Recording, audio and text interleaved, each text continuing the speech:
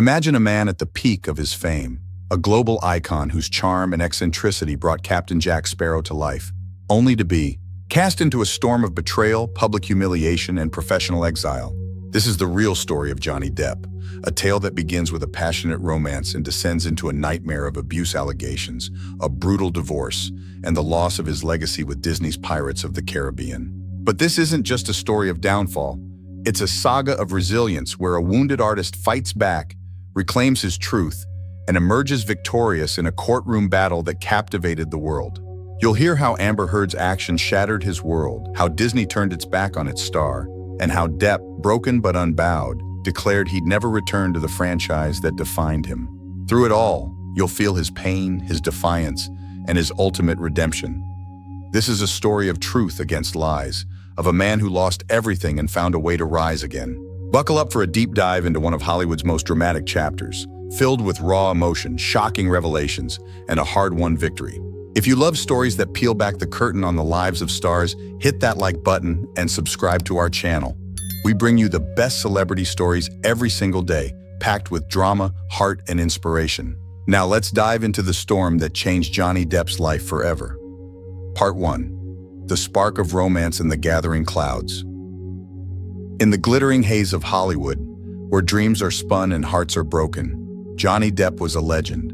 By 2009, at 46 years old, he was a three-time Oscar nominee, the face of the billion-dollar Pirates of the Caribbean franchise, and a cultural icon whose quirky charisma had won hearts worldwide. His life, though, wasn't without its shadows. After a 14-year relationship with Vanessa Paradis, the mother of his two children, Lily Rose and Jack, Depp was navigating the quiet ache of a fading partnership. Enter Amber Heard, a 23-year-old actress with a fierce beauty and a magnetic presence, cast opposite him in The Rum Diary.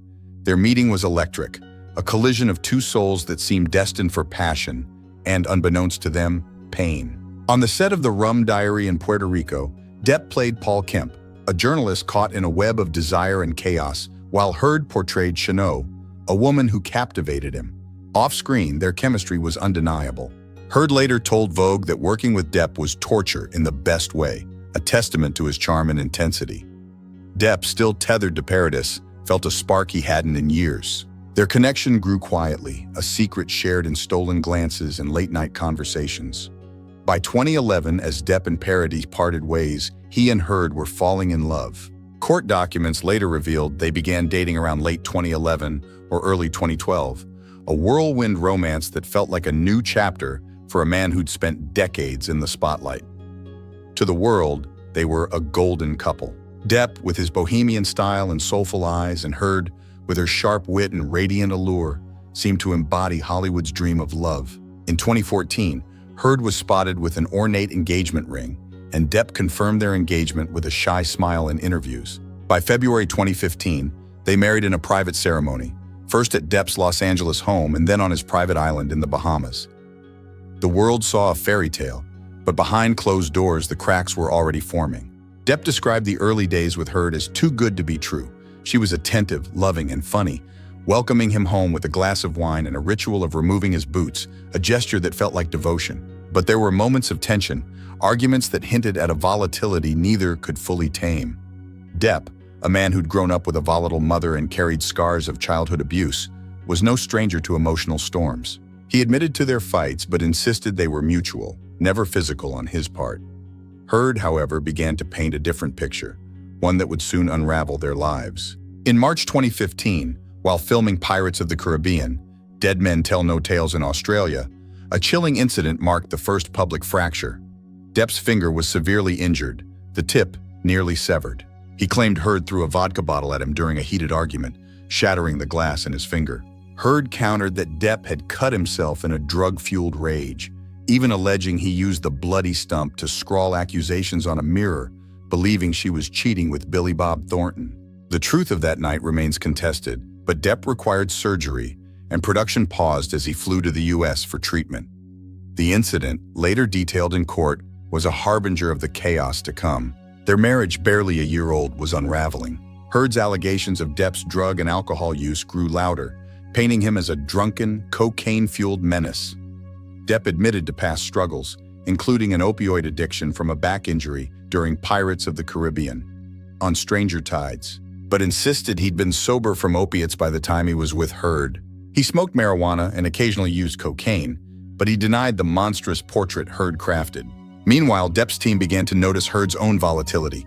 Insults, slaps, and shoves that left him stunned but silent, unwilling to strike back. In one audio recording later played in court, Heard challenged him to tell the world he was a victim of domestic violence, her tone dripping with mockery. Depp's response was quiet, almost broken. He just wanted peace. By May 2016, the fairy tale was over. Heard filed for divorce, citing irreconcilable differences, and days later sought a temporary restraining order, appearing in a Los Angeles court with a bruised cheek. She claimed Depp had thrown an iPhone at her face with extreme force during a fight, leaving her in fear for her life. Her filing detailed a pattern of excessive emotional, verbal, and physical abuse, including violent assaults whenever she challenged him. Photographs of her bruised face and smashed wine bottles supported her claims, as did a statement from her friend Raquel Penn. Depp denied the allegations, calling them a ploy for financial gain. The Los Angeles police, responding to a domestic incident call, found no evidence of a crime, and Heard declined to file a formal report. Depp's lawyers argued she was leveraging the #MeToo movement to secure a favorable divorce settlement. The public, however, was divided. Hollywood split, with some rallying behind Heard as a survivor, while others, including Depp's fans, saw her as an opportunist. The media frenzy was relentless, and Depp, already battered by personal loss, felt the ground shift beneath him. As the divorce proceedings unfolded, Depp's world began to crumble. Disney, the studio that had made him a household name as Captain Jack Sparrow, grew distant. Christian Carino, Depp and Heard's former agent, later testified that Disney never explicitly cited Heard's allegations as the reason for dropping Depp from the Pirates franchise, but it was understood within the industry. The studio, wary of the #MeToo movement's fervor, seemed to view Depp as a liability.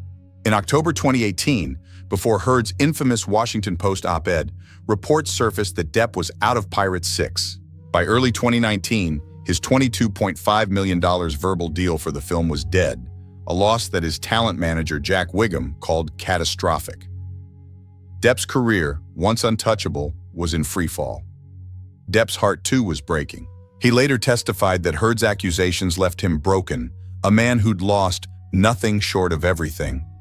In a 2016 audio from a meeting after the restraining order, he proposed a joint letter to calm the media storm, but Heard refused, daring him to admit he was a victim. "I was at the end," Depp said, recalling a moment he contemplated self-harm, feeling he had nothing left but his blood. The man who'd brought joy to millions as Jack Sparrow was drowning in despair, betrayed by the woman he'd loved and abandoned by the industry he'd served. Yet even in his darkest hour, a flicker of defiance burned. Depp vowed to clear his name, to tell the world the truth. He didn't know it then, but the storm was far from over. A legal battle loomed, one that would test his resolve, expose the ugliest truths, and ultimately offer a chance at redemption. But that's a story for the next chapter. Johnny Depp's Redemption, Part 2. The Courtroom Crucible. The sun had set on Johnny Depp's fairy tale romance with Amber Heard, leaving only ashes and accusations. By late 2016, their divorce was finalized, a bitter $7 million settlement paid to Heard, who pledged to donate it to charity, a promise later scrutinized in court. Depp thought the storm had passed, that he could retreat to his art, his music, and his children to heal, but the world wasn't done with him yet. The whispers of Heard's allegations clung to him like damp fog, and a new chapter of betrayal was about to unfold, one that would drag him into a public crucible and test the very core of his soul. The op-ed that shattered a legacy. On December 18, 2018, the Washington Post published an op-ed that would change the course of Depp's life. Titled, "Amber Heard, I spoke up against sexual violence and faced our culture's wrath. That has to change." The piece never named Depp directly, but left no doubt about its target. Heard wrote of being a public figure representing domestic abuse, describing how she'd felt the full force of our culture's wrath for women who speak out. She recounted losing roles and facing skepticism after accusing a powerful man, positioning herself as a #MeToo survivor. To the world, the implication was clear. Johnny Depp, the man she'd accused of abuse in 2016, was the villain. Depp was blindsided. He was in London working on Waiting for the Barbarians when the op-ed hit. Friends described him as a ghost of himself, his eyes hollow from sleepless nights and his voice heavy with betrayal. "I read those words and it was like a knife," he later testified, his Kentucky drawl thick with emotion. The op-ed didn't just reopen old wounds. It branded him a monster in the court of public opinion, at a time when the #Me Too movement was reshaping Hollywood. The industry, already wary after Heard's 2016 restraining order, began to close its doors. Depp's phone stopped ringing. Invitations to premieres dried up. His name, once synonymous with box office gold, now carried a stain he couldn't wash away. The financial toll was immediate. Depp's talent manager, Jack Wiggum, later testified that the op-ed cost Depp tens of millions in potential deals. Studios, skittish about public backlash, distanced themselves. Warner Brothers, preparing Fantastic Beasts, The Secrets of Dumbledore, asked Depp to resign from his role as Gellert Grindelwald in November 2020, citing the evolving circumstances. Depp complied, but the sting was brutal. "I'd given them everything and they just let me go," he said in court, his voice cracking. Disney too had already severed ties, with Pirates of the Caribbean 6 moving forward without Captain Jack Sparrow.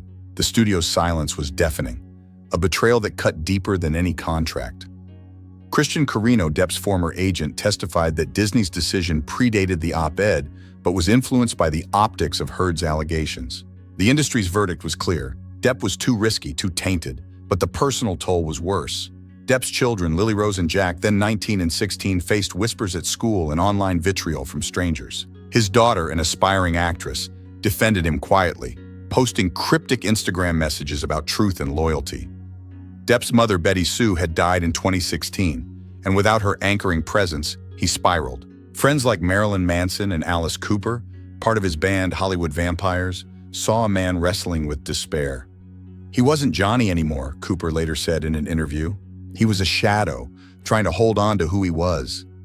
Depp admitted to moments of darkness, nights where he drank too much, smoked too much, and wondered if he'd ever climb out of the hole Heard's words had dug.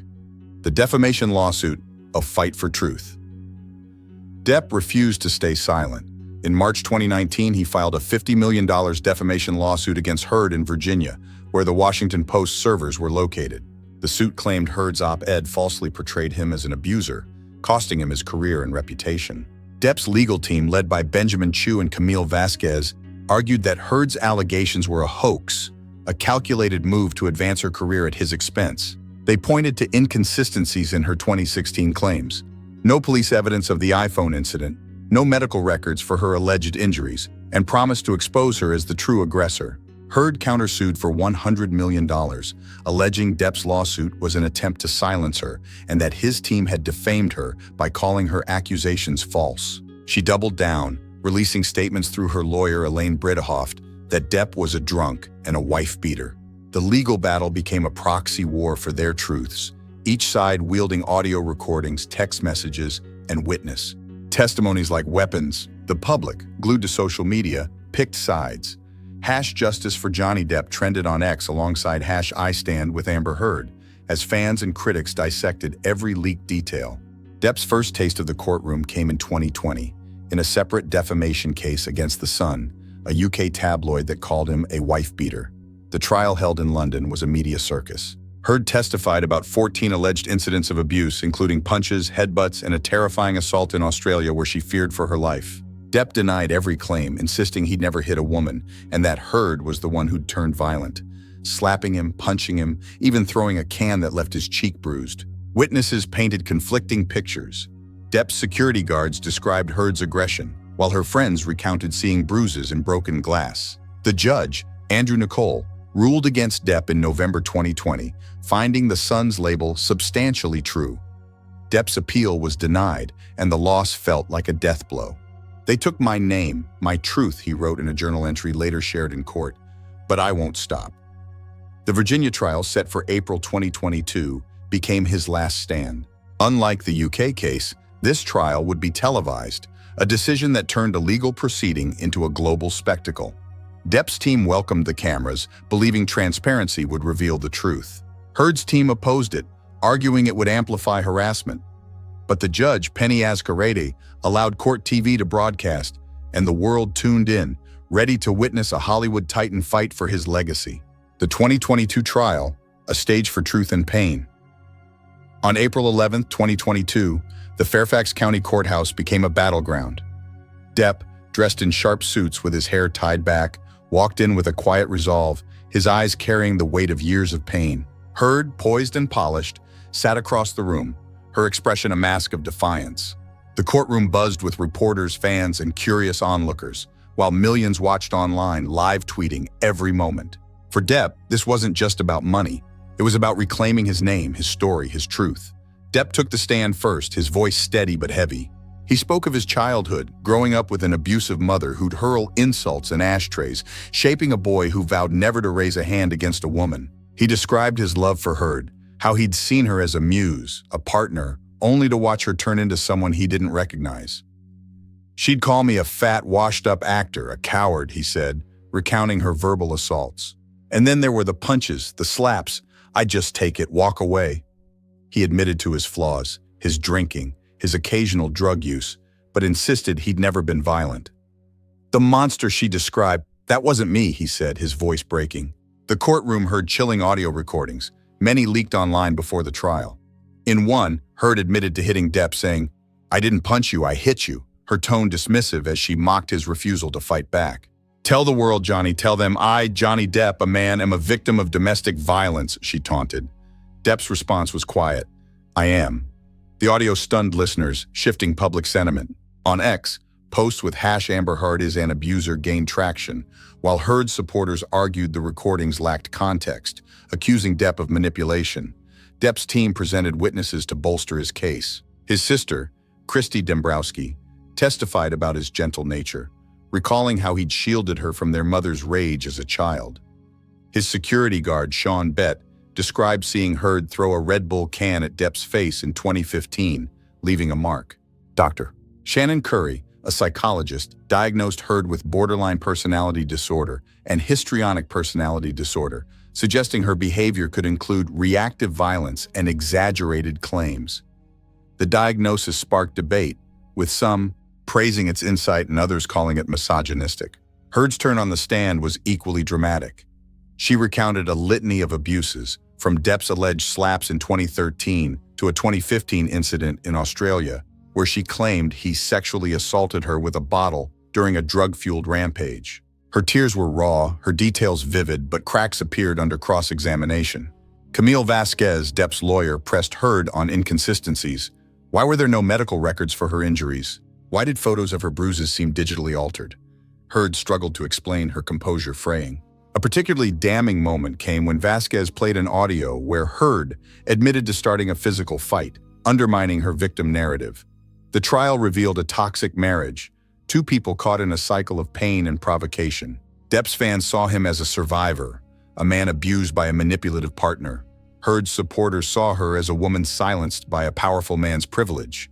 The truth, as always, was messier, but the evidence was tilting in Depp's favor. Social media buzzed with memes, fan art, and hashtags, turning the trial into a cultural phenomenon.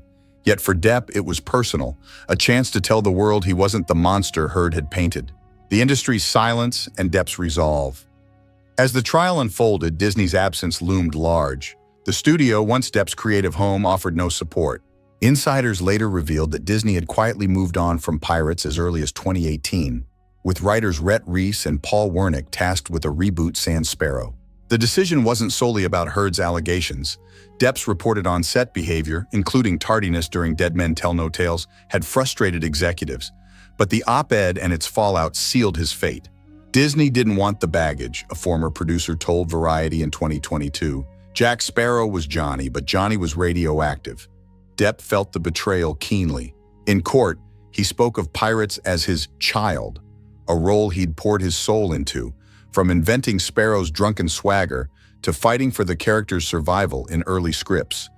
Losing it was like losing a piece of himself, yet he refused to beg. When asked if he'd return to the franchise, even for a massive payday, Depp's response was resolute. "I wouldn't work with Disney again. Not if they offered $300 million and a million alpacas." The courtroom chuckled, but his words carried a deeper truth. A man who'd been discarded was reclaiming his dignity. The trial stretched on, each day peeling back layers of a marriage gone wrong. Depp's heart, battered but defiant, held onto one truth. He wasn't the villain. As the jury prepared to deliberate, the world held its breath, knowing the verdict would define not just his future, but the legacy of a man who'd once been Hollywood's brightest star. Johnny Depp's Redemption Part 3. The Verdict and the Fall of a Franchise. The Fairfax County Courthouse was a pressure cooker by late May 2022. Johnny Depp, once Hollywood's golden eccentric, sat with his eyes fixed on the horizon, his fate in the hands of 7 jurors. Across the room, Amber Heard maintained a steely composure, her story of victimhood fraying under the weight of cross-examinations and damning audio. The world watched, transfixed, as the defamation trial hurtled toward its climax. This wasn't just a legal battle. It was a reckoning, a chance for Depp to reclaim his truth from the ashes of a marriage that had cost him his career, his legacy, and nearly his soul. The verdict loomed, and with it, the final nail in the coffin of his bond with Disney and the Pirates of the Caribbean franchise he'd built. The trial's final days, a clash of truths. As the trial entered its 6th week, the courtroom buzzed with tension. Depp's legal team, led by Benjamin Chew and Camille Vasquez, had painted a vivid picture of Heard as the aggressor, using audio recordings, witness testimonies, and forensic analysis to dismantle her claims. Heard's team, headed by Elaine Bredehoft, countered with emotional accounts of Depp's alleged violence, but their case faltered under scrutiny. Key moments lingered in the public's mind. Heard's admission to hitting Depp, captured on tape, the lack of medical records for her alleged injuries, and the testimony of Dr. Shannon Curry, who suggested Heard's behavior aligned with borderline and histrionic personality disorders. Depp, meanwhile, had bared his soul, admitting his flaws, his struggles with addiction, his moments of weakness, but insisting he'd never struck Heard or any woman. The closing arguments were a study in contrasts. Vasquez, fierce and precise, urged the jury to give Mr. Depp his life back by holding Heard accountable for a lie that destroyed his reputation. She played the now iconic audio of Heard taunting Depp to tell the world he was a victim, letting her words echo as evidence of her cruelty. Bredehoft, impassioned but defensive, argued that Heard was a survivor of abuse, silenced by Depp's power and privilege. "This trial is about Amber's right to speak her truth," she said, framing the op-ed as a call for justice, not defamation. The jury, stone-faced, absorbed it all, their decision set to shape not just 2 lives, but a cultural conversation about truth, accountability, and the #MeToo era. Outside the courthouse, fans gathered daily, waving signs with #Justice for Johnny Depp and chanting his name. On X, the trial dominated feeds, with millions of posts analyzing every gesture, every tear. Heard faced a torrent of online vitriol, from memes mocking her testimony to hashtags like #AmberTurd, sparked by a bizarre trial anecdote about a fecal incident on Depp's bed, which he blamed on her. Heard's supporters, though fewer, rallied with #IStandWithAmberHeard, accusing the public of misogyny and victim blaming. The trial had become more than a lawsuit. It was a global referendum on whose story the world believed. The verdict, a triumph born of pain. On June 1st, 2022, the verdict arrived, broadcast live to a world holding its breath. The courtroom was silent as Judge Penny Azcarate read the jury's decision. Depp wasn't present. He was in London performing with Jeff Beck, a quiet act of defiance, but his team sat ramrod straight. Heard stared ahead, her face unreadable. The jury found Heard liable on all 3 counts of defamation for her 2018 Washington Post op-ed, awarding Depp $10 million in compensatory damages and $5 million in punitive damages, later capped at $350,000 under Virginia law. In a partial victory for Heard, the jury also found Depp liable for 1 count of defamation via statements by his former lawyer, Adam Waldman, who'd called her allegations a hoax, awarding her $2 million. The numbers told only half the story. For Depp, the verdict was a lifeline, a public affirmation that he wasn't the monster Heard had painted. "The jury gave me my life back," he said in a statement, his words heavy with relief. Truth never perishes. In London, he watched the verdict from a pub surrounded by friends, his eyes wet with tears he'd held back for years. Fans erupted online, flooding X with celebratory posts, fan art, and clips of Camille Vasquez's courtroom takedowns. "Johnny's free," one viral tweet read, capturing the collective exhale of his supporters. Heard, devastated, called the verdict a setback for women, insisting it silenced survivors. Her team argued the trial's social media frenzy had poisoned the jury, a claim echoed by some legal analysts who questioned the impact of live streaming. But others saw the outcome as a correction, a rare instance of a man's story being heard in a cultural moment dominated by #MeToo. The New York Times called it a case that defied simple narratives, while Variety noted that Depp's victory shifted the public's perception, if not Hollywood's. For Depp, the win was personal, a chance to look his children in the eye and know they'd seen his truth vindicated. Disney's final betrayal, the death of Jack Sparrow. The verdict, however, couldn't undo the wreckage of Depp's career. Disney, the studio that had minted billions from his portrayal of Captain Jack Sparrow, remained a ghost in his story. By 2022, it was clear the studio had no intention of bringing him back for Pirates of the Caribbean 6. The decision traced back to 2018, when Disney began planning a reboot with writers Rhett Reese and Paul Wernick, later replaced by Craig Mazin and Ted Elliott. Jerry Bruckheimer, the franchise's producer, had once called Depp the heart of pirates, but even he stayed silent as the studio moved on. Insiders cited a mix of factors: Heard's allegations, Depp's reported on-set issues during Dead Men Tell No Tales, including tardiness and heavy drinking, and a desire to refresh the franchise for a new generation. But to Depp, it felt like abandonment, a cold calculation by a studio he'd given his soul to. In court, Depp laid bare his pain. "Pirates was my creation," he said, his voice thick with pride and loss. "I fought for Jack Sparrow when they wanted to cut him, when they thought he was too weird, too risky. He'd invented the character's drunken swagger, inspired by Keith Richards and Pepe Le Pew, turning a theme park ride into a cultural juggernaut. The franchise had grossed $4.5 billion across 5 films, with Depp's performance earning an Oscar nomination for Curse of the Black Pearl. Yet Disney discarded him without a word, a betrayal that stung deeper than any box office loss. During cross-examination, Heard's team asked if he'd return to Pirates for a massive payday. $300 million, say, and 1 million alpacas. The courtroom laughed, but Depp's response was steel. "Nothing on this earth would get me to go back and work with Disney." The words were a declaration, a line drawn in the sand. He'd later elaborate in interviews, saying Disney had jumped ship when the allegations surfaced, unwilling to stand by their star. "They didn't even call," he told Vanity Fair in 2023. "Not a letter, not a text. Just silence." The alpaca quip became a fan rallying cry, with #NoPirates without Johnny trending on X, but Depp's resolve was unshakable. Jack Sparrow for him was dead. Disney's pivot was pragmatic but costly. Fans boycotted rumors of a Margot Robbie-led reboot, insisting Sparrow was irreplaceable. Bruckheimer, in a 2024 interview, hinted at wanting Depp back for a cameo, saying, "We'll see what happens." But Depp's camp was firm. The door was closed. The studio's silence during the trial only deepened the rift. "They bet on the wrong horse," a Depp ally told The Hollywood Reporter. "Johnny was their golden goose, and they let him go without a fight." The first steps toward healing post-verdict, Depp began to rebuild.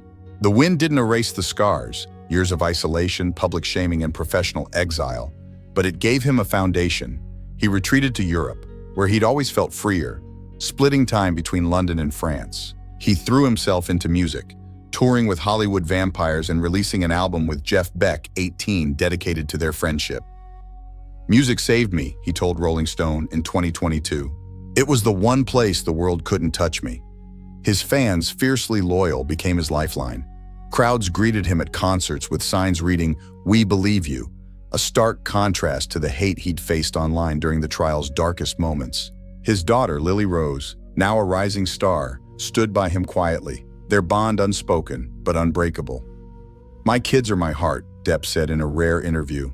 "Knowing they saw the truth, that's enough." His son Jack shunned the spotlight but sent his father playlists to lift his spirits, a small gesture that meant the world. Professionally, glimmers of hope emerged. French director Maïwenn cast him as King Louis XV in Jeanne du Barry, a role that premiered at Cannes in 2023 to a 7-minute standing ovation. The film, though modest, was a signal. Depp was still a draw, still a talent. Independent producers began circling, drawn to his resilience and the public's renewed affection. Hollywood's major studios, however, remained cautious, wary of lingering #MeToo optics. "The verdict changed hearts, not boardrooms," a studio exec told Deadline. Still, Depp didn't care. "I don't need their validation," he said in a 2023 podcast. "I've got my art, my truth, and that's enough. Emotionally, the healing was slower. Depp spoke of nightmares, moments where Heard's words, monster, loser, echoed in his mind. Therapy, meditation, and long walks in the French countryside became his refuge. Friends like Alice Cooper and Penelope Cruz, who'd testified to his kindness during the trial, checked in regularly, their loyalty a balm. "Johnny's a survivor," Cruz told Vogue. "He's been through hell, but he's still Johnny. Funny, generous, real." Yet the shadow of Heard lingered. She'd left the U.S. after the verdict, settling in Spain with her daughter Una, born via surrogate in 2021. Reports surfaced of her living quietly in Mallorca, then Madrid, under pseudonyms to escape scrutiny. Her career, too, had stalled. Aquaman 2 reduced her role to mere minutes, and no major projects followed. Some saw her retreat as evidence of guilt, others as a woman hounded by a vengeful public. Depp, for his part, rarely spoke her name, referring to her only as the ex in interviews. "I don't wish her ill," he told Le Figaro in 2023. "I just want to move forward. A man reborn but not unscathed." As 2022 faded into 2023, Depp stood at a crossroads. The verdict had restored his name, but the cost was staggering. His pirate's legacy, his Hollywood dominance, and years of his life lost to pain.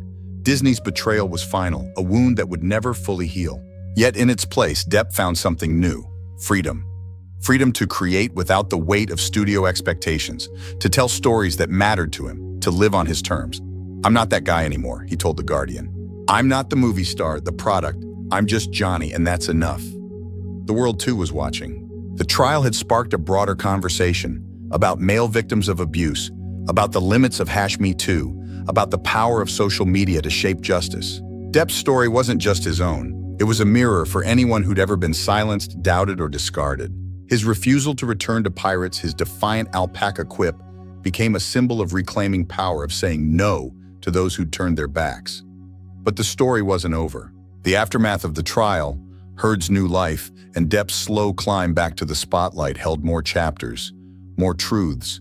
The man who'd lost everything was finding his way, one step at a time, toward a future he could call his own. Johnny Depp's Redemption, Part 4, The Aftermath and a New Dawn. The gavel had fallen, the verdict delivered, and on June 1st, 2022, Johnny Depp emerged from the Fairfax County Courthouse not as a fallen star, but as a man reborn. The defamation trial against Amber Heard had stripped him bare, his flaws, his pain, his truth laid out for the world to judge. And yet, he'd won. The jury's ruling was more than a legal victory. It was a reclamation of his name, a defiant stand against the lies that had nearly destroyed him. But redemption, as Depp would learn, was not a destination. It was a journey, one that wound through the ruins of his past, the cautious hope of new beginnings, and the unyielding weight of a Hollywood that had turned its back. This is the final chapter of his saga, a story of healing, defiance, and a man finding his way back to himself, even as the shadow of Captain Jack Sparrow lingered in the distance. A new chapter, Depp's return to art. In the wake of the trial, Johnny Depp chose exile over the spotlight. He left the U.S., settling into a quieter life in Europe where the air felt less heavy with judgment. London's cobblestone streets and the rolling hills of southern France became his refuge, places where he could breathe, create, and rediscover the artist he'd always been. "I'm not running away," he told Le Figaro in 2023. "I'm just living where I feel free." His fans, millions strong, followed his every move on X, celebrating each step as a triumph over the darkness that had nearly consumed him. Music was his first salvation. Depp poured himself into Hollywood Vampires, the rock band he'd formed with Alice Cooper and Joe Perry. Their 2023 tour across Europe was a catharsis, each chord a release of the pain he'd carried. Fans held signs reading, "We believe you," their cheers drowning out the echoes of Heard's accusations. He also released 18, a collaborative album with Jeff Beck, dedicated to their late friend. The album, raw and soulful, peaked at number 3 on the UK blues charts, a quiet victory for a man who'd once been told his career was over. "Music is my church," Depp said in a Rolling Stone interview. "It's where I go to feel whole." Film 2 beckoned. In 2023, Depp starred as King Louis XV in Jeanne du Barry, a French historical drama directed by Mai Wen. The role was a departure, somber, regal, spoken entirely in French, and a bold statement that he was more than Jack Sparrow. The film premiered at Cannes, where Depp received a 7-minute standing ovation, tears glistening in his eyes as the crowd roared. Critics were mixed, with some calling his performance restrained but magnetic, while others saw it as a safe comeback. Box office returns were modest, but the film's significance was undeniable. Johnny Depp was back, on his terms. Cannes felt like a hug, he told Vanity Fair. Not from Hollywood, but from people who saw me for me. Other projects followed. Depp directed Modi, a biopic about artist Amedeo Modigliani, starring Al Pacino, marking his first directorial effort since 1997's The Brave. He also launched Never Fear Truth, an NFT art collection, with proceeds supporting charities like the Los Angeles Children's Hospital. Each venture was a brick in the wall of his new life, built not on studio approval, but on his own vision. "I don't need their machine anymore," he said in a 2024 podcast. "I'll make my own stories my own way." Yet Hollywood's major studios remained cautious. The trial had restored Depp's public image. Polls showed 68% of Americans viewed him favorably post-verdict per YouGov. But the industry was slower to forgive. #MeToo's legacy lingered, and executives feared backlash from aligning with a figure still divisive in some circles. Independent producers, however, saw opportunity. Offers for smaller films trickled in, from European art house projects to gritty American indies. Depp, ever selective, chose roles that spoke to his soul, rejecting the blockbuster bait that once defined him. "I'm not chasing their golden carrot," he told The Guardian. "I'm chasing truth." Amber Heard's retreat, a life in shadows. While Depp rebuilt, Amber Heard vanished from the public eye. After the trial, she left the U.S., settling in Spain with her daughter, Una, born via surrogate in April 2021. Reports placed her first in Mallorca, living under the pseudonym Martha Jane Canary, then in Madrid, where she kept a low profile. Spanish locals described her as polite but guarded, a woman seeking solace from the storm that had engulfed her. "She's just a mom here," a neighbor told El País in 2023. "No one bothers her." Yet the internet was less kind, with #Amber Heard as a Lear trending sporadically on X, fueled by trial clips and fan fervor. Heard's career, once promising, had crumbled. Her role as Mera in Aquaman and The Lost Kingdom, released December 2023, was slashed to under 10 minutes, with Warner Bros. Citing chemistry issues with Jason Momoa. Fans noticed her absence from promotional materials, and a petition to remove her from the film garnered over 4 million signatures. No major projects followed, and her IMDb page grew sparse. Some blamed the trial's fallout, others her own choices. "Hollywood's a small town," a producer told Variety. "She burned bridges, and the verdict didn't help." Heard hinted at a comeback in a 2024 Instagram post, sharing a photo of herself reading scripts, but details remained scarce. Her silence spoke volumes. In a rare statement to NBC News post-trial, Heard expressed disappointment in the verdict, but vowed to move forward. She avoided mentioning Depp, focusing instead on her daughter and her advocacy for survivors. Yet the financial strain was evident. She was ordered to pay Depp $8.35 million after offsets, and claimed in court she couldn't afford it. Rumors of bankruptcy swirled, though her team denied them. By 2025, Heard seemed to have chosen anonymity over the spotlight, a stark contrast to the fiery activist who'd penned the Washington Post op-ed. Depp, for his part, rarely spoke of her. "I wish her peace," he told Le Figaro in 2023, his tone neutral. "I don't carry hate, it's too heavy." His restraint was a choice, a refusal to let her define his future. Yet the trial's scars lingered, in nightmares of her taunts and memories of a love that had turned toxic. "I loved her once," he admitted in a private journal entry, later shared in a documentary. That's the hardest part, knowing it was real until it wasn't. The public and the industry, a reckoning. The trial's ripples extended far beyond Depp and Heard. It sparked a global conversation about domestic abuse, gender dynamics, and the power of social media. On X, #Justice for Johnny Depp posts outnumbered #I stand with Amber Heard by a 10-to-1 ratio per analytics from Sprout Social. Fans created viral videos splicing trial audio with dramatic music, turning Depp's alpaca quip into a meme of defiance. Yet critics warned of a backlash against #MeToo, arguing the trial's live stream, watched by millions daily, had turned justice into entertainment. "The circus overshadowed the truth," a Vox op-ed lamented, while The Atlantic praised the verdict as a win for nuance in a polarized age. Hollywood grappled with the fallout. The industry's silence during Depp's exile drew scrutiny, with stars like Robert Downey Jr. and Tim Burton publicly supporting him post-trial. "Johnny's one of us," Burton told Deadline in 2024, hinting at a future collaboration.